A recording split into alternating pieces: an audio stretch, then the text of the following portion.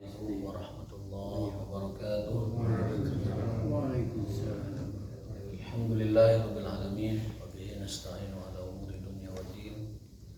Asyhadu an la ilaha illallah wahdahu la syarikalah wa asyhadu anna Muhammadan abduhu wa rasuluhu wa la nabiyya ba'dah. Allahumma shalli wa sallim ala nabiyyina Muhammadin wa ala alihi wa ashabihi wa man sara ala nahjihi ila yaumiddin. Allahumma subhanaka la ilma lana illa ma 'allamtana wa 'allimna ma yanfa'una wa zidna ilman. Allahumma rabbana atina fid dunya hasanah wa fil akhirati hasanah wa qina adzabannar.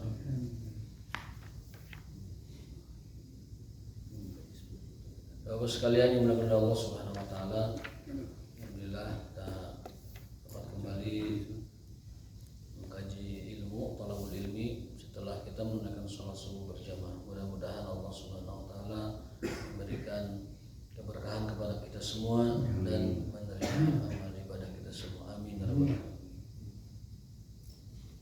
Hari ini tema kita adalah tentang sujud sahwi. Atau lebih lengkapnya bukan sujud sahwi sebenarnya, abu sahwi. Jadi hal-hal yang lupa di dalam sholat. Tidak mesti tentang sujud sahwi aja, tapi hal-hal lain yang berkenaan dengan lupa ketika sholat. Bismillahirrahmanirrahim. An Abdullah bin Mas'ud radhiyallahu anhu anna Rasulullah sallallahu alaihi wasallam shalla dhuhra khamsan faqila lahu azida fi sholati faqala wa ma dhaka qala shallaita khamsan fasajada sajdataini ba'da ma sallama. Dari Abdullah bin Mas'ud radhiyallahu taala anhu bahwasanya Rasulullah SAW pernah sholat zuhur 5 rakaat. Jadi ulah mah orang Rasul juga aya hilapna. Da sami manusia.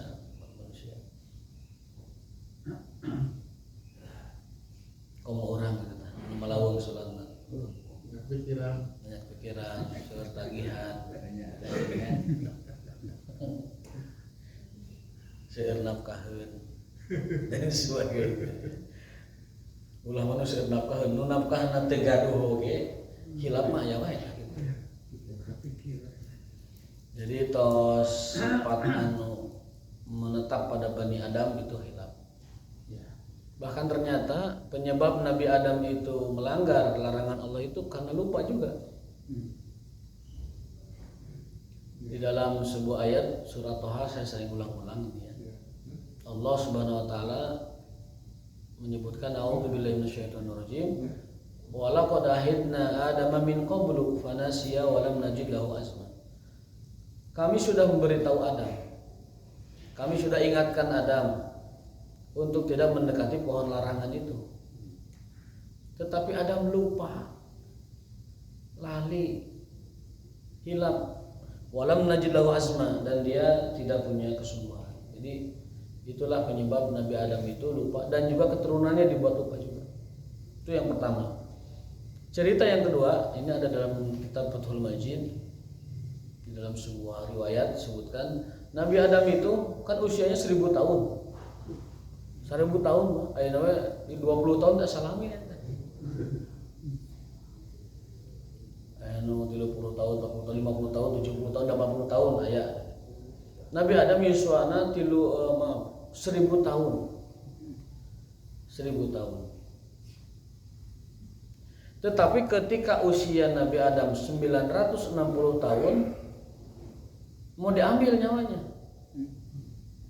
Lalu Adam mengatakan kepada malaikat maut, "Hei malakul maut, kenapa kau ambil aku sekarang? Kan belum waktunya, jatahku 1000 tahun." Nah, gitu kan. Malaikat maut itu dicarikan ke Adam. Ulah waka panjang waktuna. Kata Allah juga usia saya 1000 tahun, kenapa kamu ambil 950 tahun? Ayaknya 40 tahun. Nah, dunia mah pibetaheun ta eta. Wahai, kata malaikat, "Wahai Adam, apakah kamu lupa ketika Allah menentukan usiamu 1000 tahun, Lalu kamu diperlihatkan anak cucumu sampai hari kiamat. Dilihat dari seluruh anak cucu Adam itu ada seorang nabi namanya Nabi Daud, usianya 60 tahun. Nabi Adam kasihan, sudah saya berikan 40 tahun usia saya untuk Nabi Daud, untuk cucuku Daud. Jadi Nabi Daud 100 tahun. Tapi Nabi Adam berkurang 40 tahun, jadi akhirnya beliau wafatnya di usia 960 tahun. Karena 40 tahunnya disedekahkan kepada cucunya yang bernama Nabi Daud alaihissalam, cucu jauhnya memang Nabi Daud alaihissalam. Maka kata Nabi SAW, nasiya Adam wa nasiya zurriyatuhu. Adam lupa dan begitu juga keturunannya akan pada lupa. Jadi sudah nempel bakat manusia itu lupa. Lali maning. Makanya disitulah pentingnya tazkirah, pentingnya tausiah, pentingnya tazkir, pengingat, tanbih, pewanti-wanti itu penting terus, harus terus berulang-ulang. Bahkan kalau perlu tiap hari itu ada semacam pengingat. Kalau tidak tiap hari minimal ada beberapa hari dalam seminggu orang yang mengingatkan. Kan kalau nasihati langsung mah kita kadang nggak terima. Aduh, dinasihatin saya nggak enak gitu. Padahal budaya menasihati itu budaya yang inherent dalam Islam itu. Wa idastansohaka fansohu. Kalau ada yang meminta nasihat, nasihatilah. Ada lagi dalam ayat watawasau bil haqqi watawasau bis sabr, itu sudah merupakan syariat agama, saling menasihati. Bahkan hak sesama muslim adalah menasihati. Ada 6 hak sesama muslim, itu satunya adalah menasihati, dapat nasihat dari yang lain. Nah, jadi kadang karena kita sering lupa pentingnya kita saling menasihati, dan saling menasihati yang paling umum, yang paling tidak menyinggung perasaan itu menasihati di dalam taklim. Bisa dengan bertanya, bisa dengan memberikan tausiah, bisa juga dengan yang lain-lainnya, atau mungkin dengan ilmu yang diajarkan sehingga dengan sendirinya dirinya ternasihati secara tidak langsung. Tetapi nasihat itu harus dilaksanakan. Karena ada hadisnya, ad-dinu an-nasihah. Agama itu nasihat. Agama itu sepenuhnya nasihat. Ad-dinu an-nasihah. Ada dalam hadis Arba'in Nawawiyah. Hadis Arba'in Nawawiyah, ad-dinu an-nasihah. Untuk apa nasihat itu? Untuk Allah, untuk Rasulnya, untuk kitabnya, dan untuk kaum muslimin dan pemimpin-pemimpin mereka. Jadi ini sudah syariat yang menempel atau melekat pada umat Islam, yaitu nasihat. Nah, Rasulullah SAW dalam hadis sahih riwayat Ibnu Mas'ud radhiyallahu taala anhu, beliau disebutkan dalam riwayat ini sholat zuhur 5 rakaat. Lalu orang bertanya, azida fi shalah, apakah sholat zuhur sudah ditambah atau beliau lupa gitu. Faqala ummadzaka, tidak ada penambahan, salat zuhur tetap 4. Qala shallaitu khamsan. Tadi Tuhan salat 5 kali 5 rakaat. Fasajada sadat, kemudian beliau sujud sahwi 2 kali, sujud setelah salam. Setelah salam. Dalam riwayat Ibnu Mas'ud Bukhari ini beliau sujud sahwinya setelah salam. Jadi beres. Bahkan dalam riwayat lain sudah keluar masjid, sudah ngobrol. Jadi Rasul sholat 5 rakaat, sudah bubar, sudah di halaman masjid, ada orang ragu tetapi sungkan menyatakan kepada Rasul. Akhirnya dia minta kepada sahabat yang terdekat Rasul, yaitu Abu Bakar. Wahai Abu Bakar, tolong tanyakan kepada Rasul, apakah sholat zuhur memang ditambah sehingga kita nanti tinggal nambah, ataukah memang beliau lupa? Kata Abu Bakar, nanti saya tanyakan. Oleh Abu Bakar ditanyakan tentang itu, dan Rasul mengatakan bahwa saya lupa. Kemudian ke masjid lagi semuanya itu dan menambah 1 rakaat. Jadi kalau setelah sholat selesai lalu diketemukan bahwa ada penambahan atau ada pengurangan, boleh langsung ditambah dan langsung rakaat yang dituju, tidak usah menambah lagi. Gitu. Kalau kurang misalkan, misalnya sudah keluar masjid, kurang 1 rakaat, masuk lagi, berdiri lagi dan bareng lagi sholat, tambah 1 rakaat saja, tidak usah mengulang zuhurnya, hanya nambah yang kurangnya saja. Lalu setelah itu sujud sahwi. Kalau seumpama lebih, masuk lagi ke masjid, tapi cukup sujud saja. Sujud saja dua kali. Itu namanya sujud sahwi. Sahwi itu dari kata lupa. Sahwi itu lupa. Dari kata sahayashu. Sahayashu sahwan. Orangnya namanya sahi, jamaknya sahun. Makanya fawailul lil musallin alladzina hum an salatihim sahun, yang di salatnya itu lupa atau lalai, itu namanya sahun. Jadi lupa ditutup dengan sujud sahwi. Berikutnya adalah hadis nomor 597. Ini tentang yang sering kita ceritakan bahwa sholat sunnah itu bisa diqadha. Kalau zuhur ba'diyahnya tidak sunnah, boleh diqadha ba'da asar. Saya akan bacakan hadisnya lengkapnya ya. Dari Quraib rahimahullah taala, dari bahwasanya Ibnu Abbas radhiyallahu taala anhu, Miswar bin Makhramah, Abdurrahman bin Azhar radhiyallahu taala anhu majma'in, arsaluhu ila Aisyah radhiyallahu anha faqalu iqra alaihi salam minna jami'an salha an rak'ataini ba'da shalah. Jadi seseorang dititipin pesan oleh beberapa sahabat, yaitu Ibnu Abbas, sahabat-sahabat remaja ya, sahabat-sahabat muda, menyuruh Quraib untuk mengirimkan salam kepada ibunda Ummul Mukminin Aisyah radhiyallahu taala anha.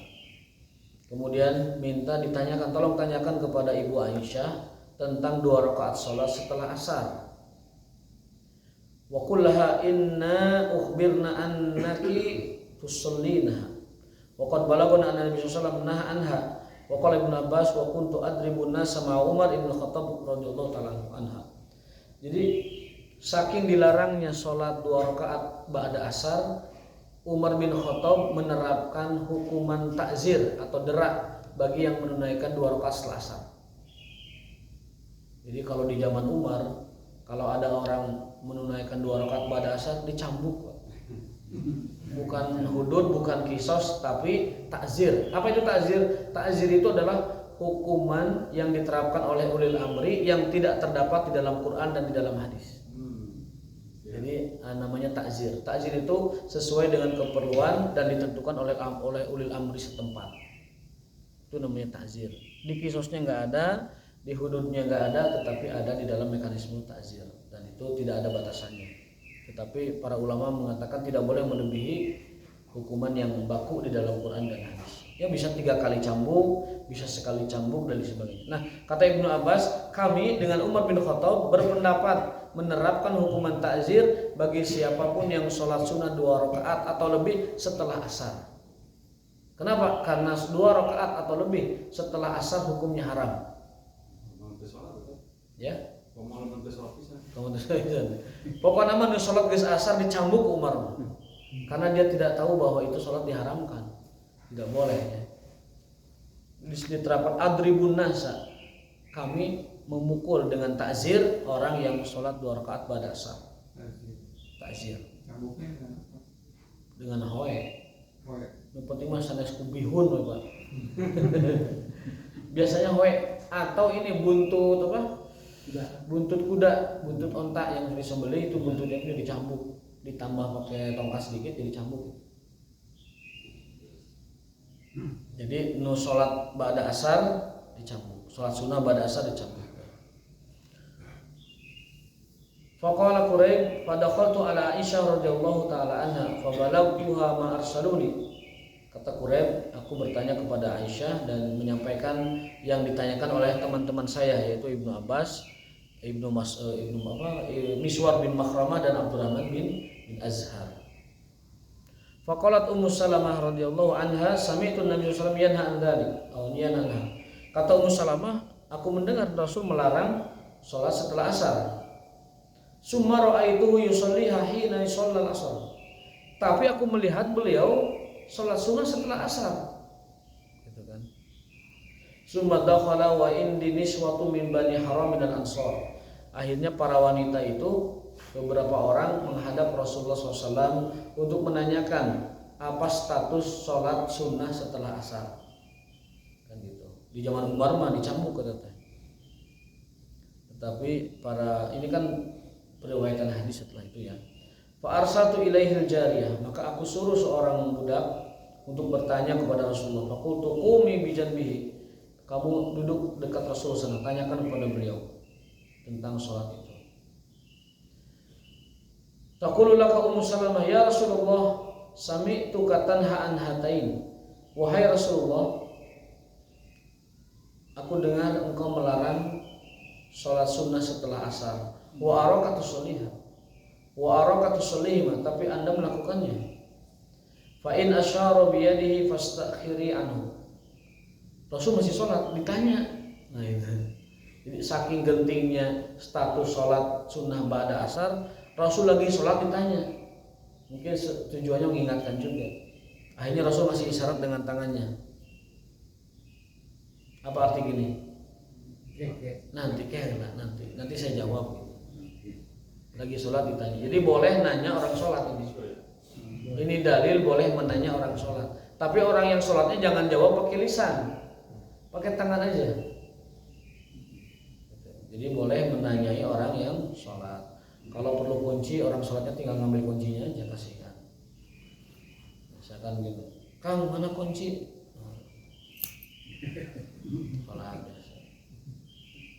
Nah minta artos mah ulah hitung heula soalnya. Kang artos, oke lah, kudu ngitung soalnya. Jadi Rasul ketika ditanya kenapa engkau lakukan sholat setelah asar, beliau bilang, itu maksudnya isyarat tangan supaya sabar, nanti saya jawab. Fa fa'alatil jariyah fa asyara bi yadihi fastakharat anhu falamma in sarafa qala. Nah ini jawabannya. Ya binta Abi Umayyah, wahai putri Abu Umayyah, sa'alti an raka'atain ba'da asar. Kau bertanya tentang 2 rakaat setelah asar. Wa innahu atani nasun min Abdul Qais. Tadi zuhur aku kedatangan tamu dari Bani Qais dan aku sibuk syagaluni, saya sibuk mengikram mereka rakaatain allatain dari dan meninggalkan sholat sunnah ba'da zuhur. Ba'da itu kok fahumahatan, dan itulah gantinya sekarang ini. Ya. Jadi Rasul sibuk menerima tamu sampai tidak sempat sholat sunnah, lalu melakukan sholat sunnah ba'da zuhurnya itu di ba'da asar. Arti kesimpulannya beliau melakukan ba'diyah zuhur ba'da asar. Mazhab Syafi'i dan Hanafi berpendapat bahwa sunnah itu boleh diqadha. Contohnya tadi malam yang tidak witir boleh witir ba'da subuh. Sampai kapan? Sampai 10 menit sebelum zuhur. Yang tadi 2 rakaat sebelum subuh belum, qobliyah subuh belum, boleh ba'da subuh 2 rakaat. Tapi niatnya nanti qadhaan. Bukan sunnah ba'da subuh, nggak boleh, haram hukumnya. Bukan juga sunnah ba'da asar, haram hukumnya. Sampai Umar menerapkan cambuk bagi mereka karena kebodohannya dalam memahami fikih kan gitu. Tetapi kalau niatnya qadha boleh, karena Rasul pernah mengqadha ba'diyah lohor di setelah asar. Ini hadis yang cukup kuat yang menjadi dalil Syafi'iyah dan Hanafiyah bahwa sholat sunnah boleh diqadha. Kemarin ada yang nanya kalau masuk via WA ya, minta dalil tentang bolehnya mengqadha sunnah, artinya bolehnya 2 rakaat subuh setelah subuh. Ini dalilnya ini. Yang 2 rakaat ba'da zuhur saja pangkatnya di bawah 2 rakaat pada subuh ya, itu bisa diqadha yang ba'diyah zuhur, apalagi ba'diyah subuh. Ya. Ba'diyah zuhur kan itu kan rawatib, tapi rawatibnya pangkatnya di bawah qobliyah subuh. Ya. Itu saja bisa diqadha, apalagi ini yang lebih ditekankan, yaitu qobliyah subuh.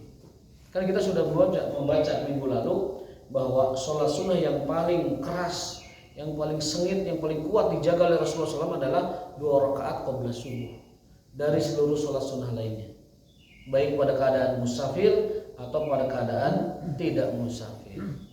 Itu pentingnya 2 rakaat subuh. Makanya Syafi'iyah dan Hanafiyah menyuruh orang-orang yang tidak 2 rakaat subuh sebelum itu agar melakukannya ba'da subuh. Yang tadi nggak sempat 2 rakaat sebelum subuh, silahkan lakukan nanti ba'da syuruk kalau mau, kalau tidak ya nggak apa-apa. Ini tawaran dari fikih Syafi'i dan fikih Hanafi berdasarkan hadis Rasulullah SAW. Karena biasa sholat qobla subuh. Ya karena biasa, karena tertinggal baru. Iya. Enggak juga enggak apa-apa. Misalkan dia kadang-kadang sholat qobliyah subuh, tapi kadang-kadang enggak. Nah, setelah subuh itu dia mau qobliyah, silahkan. Boleh. Silahkan. Apa hikmahnya? Saking pentingnya sholat rawatib. Saking penting sholat rawatib. Semuanya penting rawatib, tapi yang paling penting itu subuh.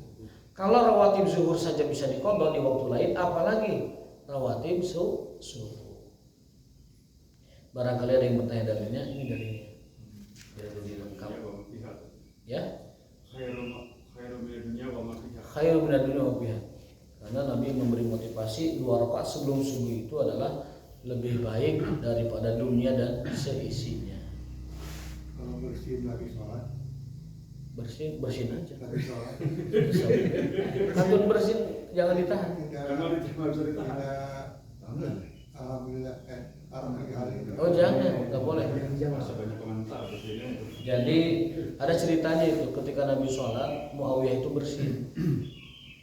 Lalu oleh temannya itu ya rahmukallah. Pas setelah itu Nabi menoleh ke belakang, sanu tadi ya rahmukallah.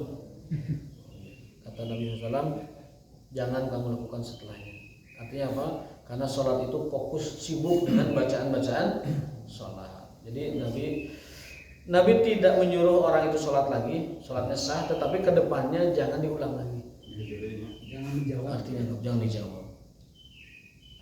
Dan bersin itu nikmat, makanya orang yang mengalaminya harus syukur, alhamdulillah. Lalu yang mendengarnya sebagai hak seorang muslim menimpali yarhamukallah. Lalu itu lagi membalasnya yahdikum wa yuslih balakum. Tapi kata kitab Zadul Ma'ad ada hadis lain, kalau bersinnya lebih dari 2 kali atau 3 kali jangan yarhamukallah lagi. Kata Nabi innahu makzum, eta mah salesma cek Nabi.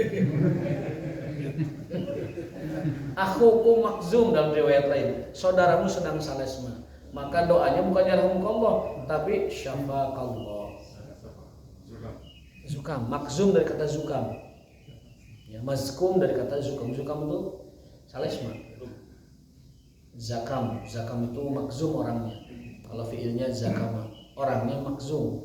Maka mazkum bukan maksum, mazkum. Dalam hadis in akhukum mazkum, saudaramu sedang salesma. Maka yang dibacanya adalah doa kesembuhan. Itu kalau bersihnya lebih dari 3 kali. Kalau bersihnya sekali itu nikmat. Ucapkan ya alhamdulillah ya rahmatullah. Tapi lebih dari 2 ada riwayat lain 3 kali. Itu adalah mazkum. Saudaramu sedang salesma. Maka salesma enggak usah bilang alhamdulillah. Salesma syafanillah. Syafanillah. Maksudnya orang yang salesmanya bilang alhamdulillah enggak? Enggak. 3 kali enggak.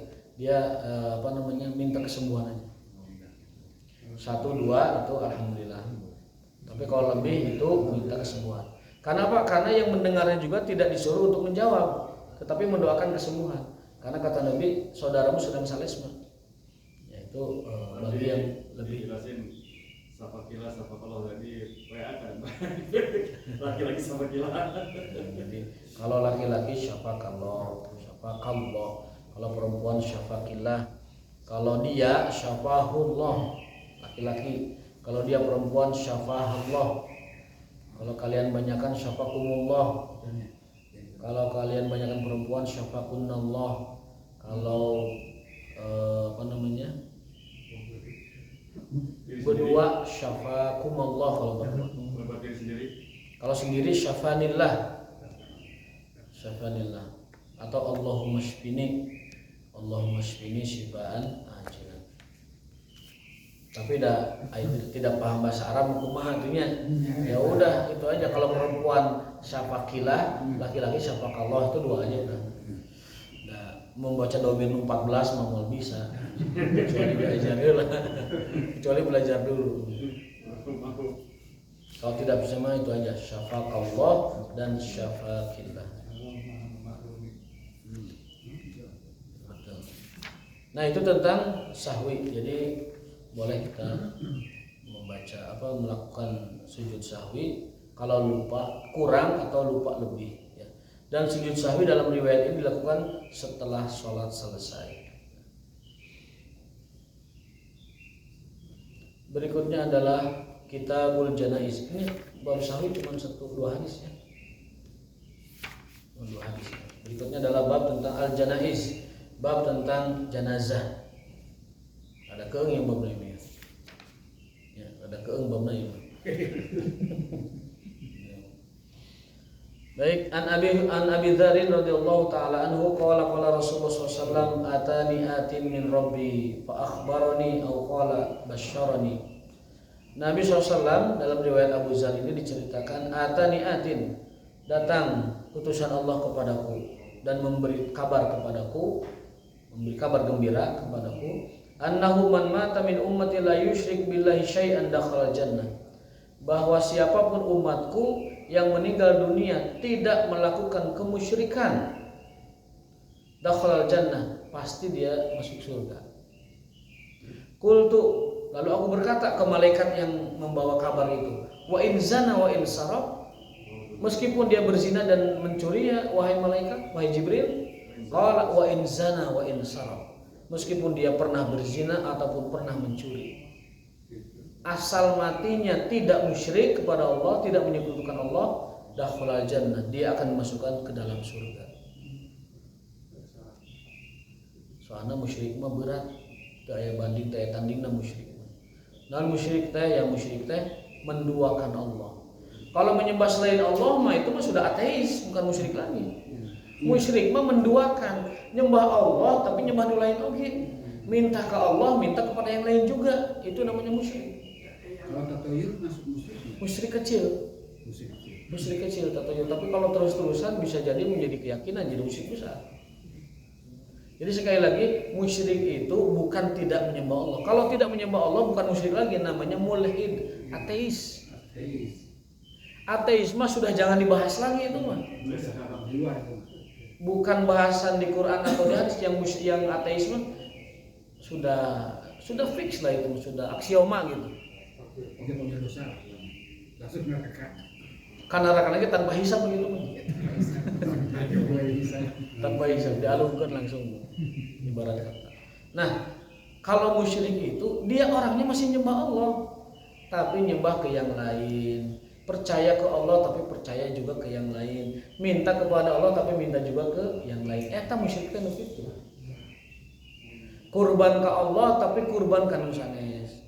Mencit jang Allah, mencit oge jang arwah-arwah leluhur-leluhur. Ta eta nu musyrik teh kitu. Menduakan. Dari kata asyraka, non asyraka teh menduakan, mensyirikatkan. Menjadikan syirikat bagi Allah sesuatu.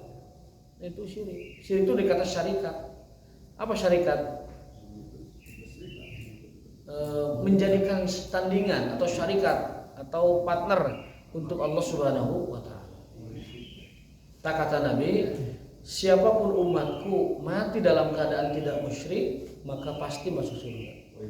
Meskipun pernah mencuri dan pernah berzina. Wa in zana wa in saraq, wa in zana wa in saraq. Malaikat ditegaskan, wa in zana wa in saraq. 3 kali. Di sini mah 2 kali. Jadi pokoknya mah penting mah teu musyrik we lah. Hirup hiji mah penting mah teu musyrik. Da tauhid mah ti orokena ti alam rahim tos tauhid urang.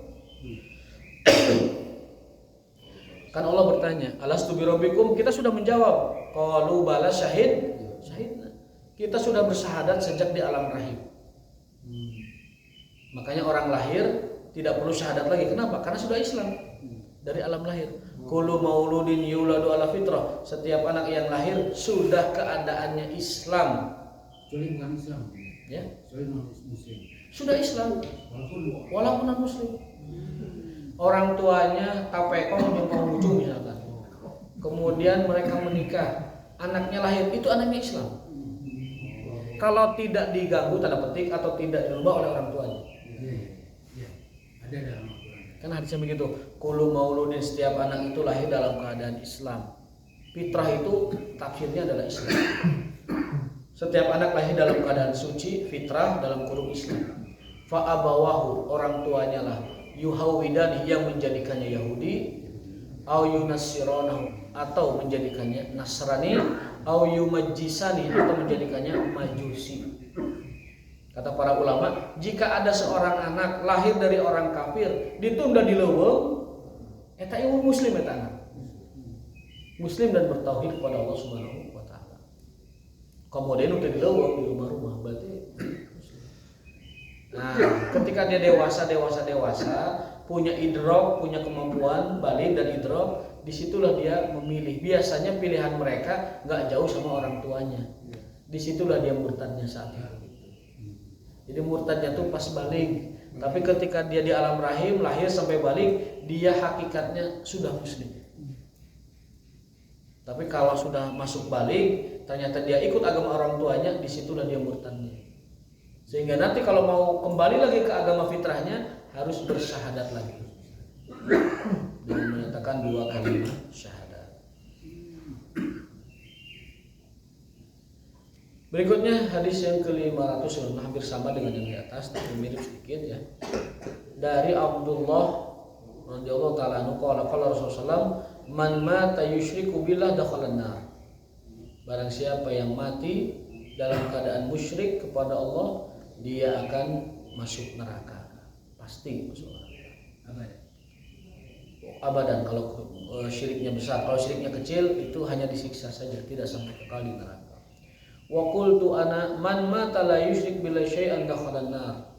Lalu aku mengatakan, mengulangi ucapan Nabi, barang siapa yang meninggal atau mati dalam keadaan tidak musyrik kepada Allah, dakhalal jannah, dia pasti masuk surga. Jadi kunci surga itu gampang, udah jangan berbuat musyrik. Baik musyrik kecil maupun musyrik besar. Apa bedanya? Musyrik kecil itu tidak sampai mengeluarkan orang dari tauhid, itu pertama. Yang kedua, musyrik kecil itu kelak dihukumnya tidak abadan, tidak selama-lamanya. Sebentar saja. Dalam arti kata tidak selama orang yang musyrik besar.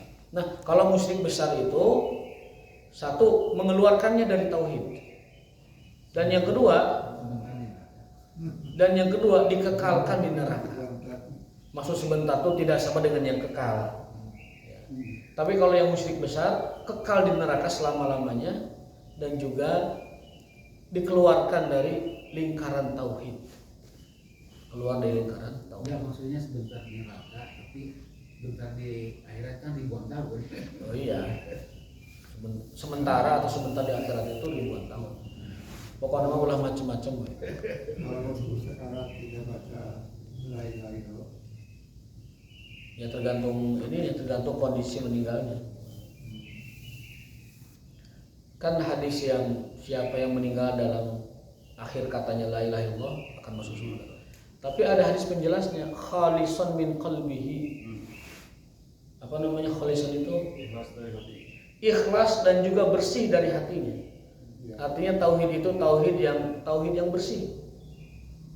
Barang siapa yang akhir kalamnya la ilaha illallah dakhalal jannah. Itu ada hadis lain yang menjelaskan khalisan min qalbihi, yang bersih dari hatinya. Tauhid yang bersih adalah tauhid yang tidak dikotori oleh kemusyrikan. Tauhid yang tidak dikotori oleh kemusyrikan. Kalau musyrik besar masih insya Allah kita enggak ya.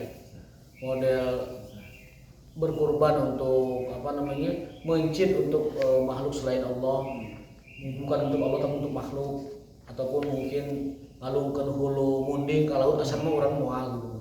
Kahiji laut teu aya, yang kedua itu tahu kita itu musyrik. Karena saya yakin ke asbab. Ataupun bentuk lainnya mungkin begitu, bertawakal kepada selain Allah dan mengandalkan nasib selain Allah Subhanahu wa taala. Yang kita khawatir itu syirik-syirik kecil malah. Dan syirik kecil yang paling diwanti-wanti Nabi apa? Riya. Iya.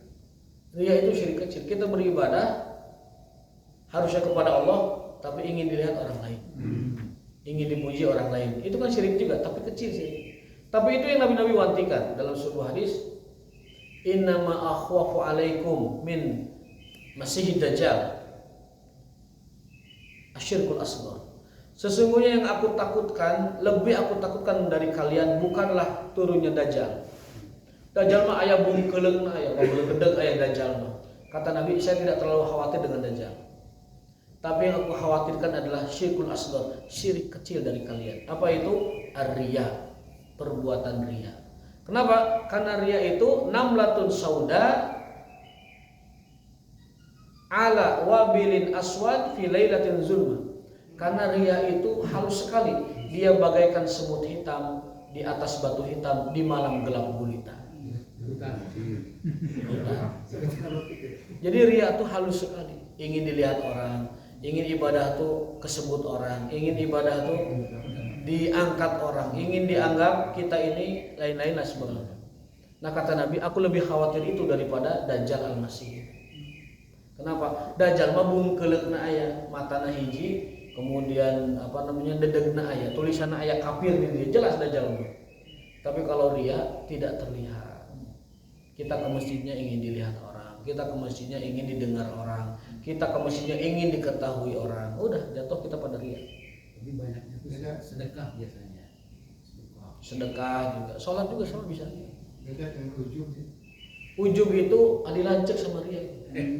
Ada ujub mah merasa diri sudah baik, merasa diri baik itu ujub. Kalau riya itu ingin dilihat, ingin didengar.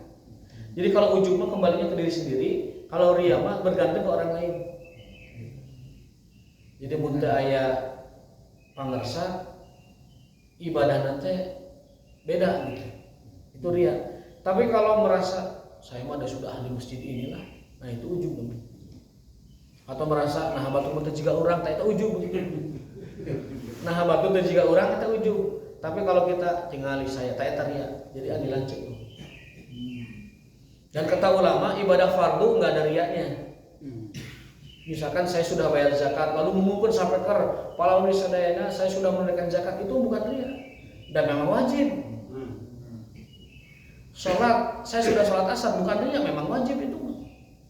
Yang riya itu biasanya yang sunnah-sunnah. Misalkan malamnya tahajud lalu besok pagi itu posting. Tengah malam yang syahdu bermunajat kepada Tuhan. Tapi dalam hatinya tuh bukan ingatkan orang tahajud, ingin diketahui kita tahajud. Ada riya. Gitu. Ada lagi di di internet, di medsos. Jam 4, jam setengah 4 itu memberi kabar apalah, posting ayat kayak posting hadis lah apa gitu. Kalau niatnya memposting untuk tausiah atau menegur atau otokratif pada dirinya silahkan. Tapi kalau ketika posting itu ada perasaan ingin diketahui bahwa saya bangun setengah 4 dan ibadah, nah itu riya. Jadi tipis, riya tidak tipis. Maka Nabi menyebutnya seperti semut hitam di atas batu hitam di tengah malam yang gulita. Tidak nampak dan tipis sekali. Dan riya itu bahayanya adalah memupus pahala dari amalan yang barusan dikerjakan. Termasuk juga ujub, termasuk juga sum'ah. Itu semuanya adalah penyakit-penyakit orang soleh. Ya, dalam kitab Syarah Makna Salat, penyakit orang soleh itu tadi riya, ujub dan sum'ah. Jawab pada gomah mau riya amal gitu bukan riya apanya? Dia meriakan apa? Orang soleh itu godaannya di sana. Makanya kata Ibnu Qayyim, setan itu level godaannya beda-beda. Ada yang digoda dulu dengan yang musyrik aman, digoda dengan yang halal aman, yang haram aman, yang makruh aman, yang halal aman, yang syubhat aman semua. Apa terakhir? Digoda dengan riya dan ujub. Itu banyak orang soleh bergelimpangan pada jatuh di situ. Mudah-mudahan Allah Ta'ala menjaga kita dari riya, menjaga kita dari sum'ah, agar Allah menerima ibadah kita dengan penuh keikhlasan, dengan penuh berharap dan cemas serta cinta kepada Allah Subhanahu wa taala. Wa akhumukum wa ma taufiqun illa billah. Nanti kita lanjutkan di hari berikutnya. Subhanakallahumma wa bihamdika asyhadu an la ilaha illa anta astaghfiruka wa atubu ilaik. Assalamualaikum warahmatullahi wabarakatuh.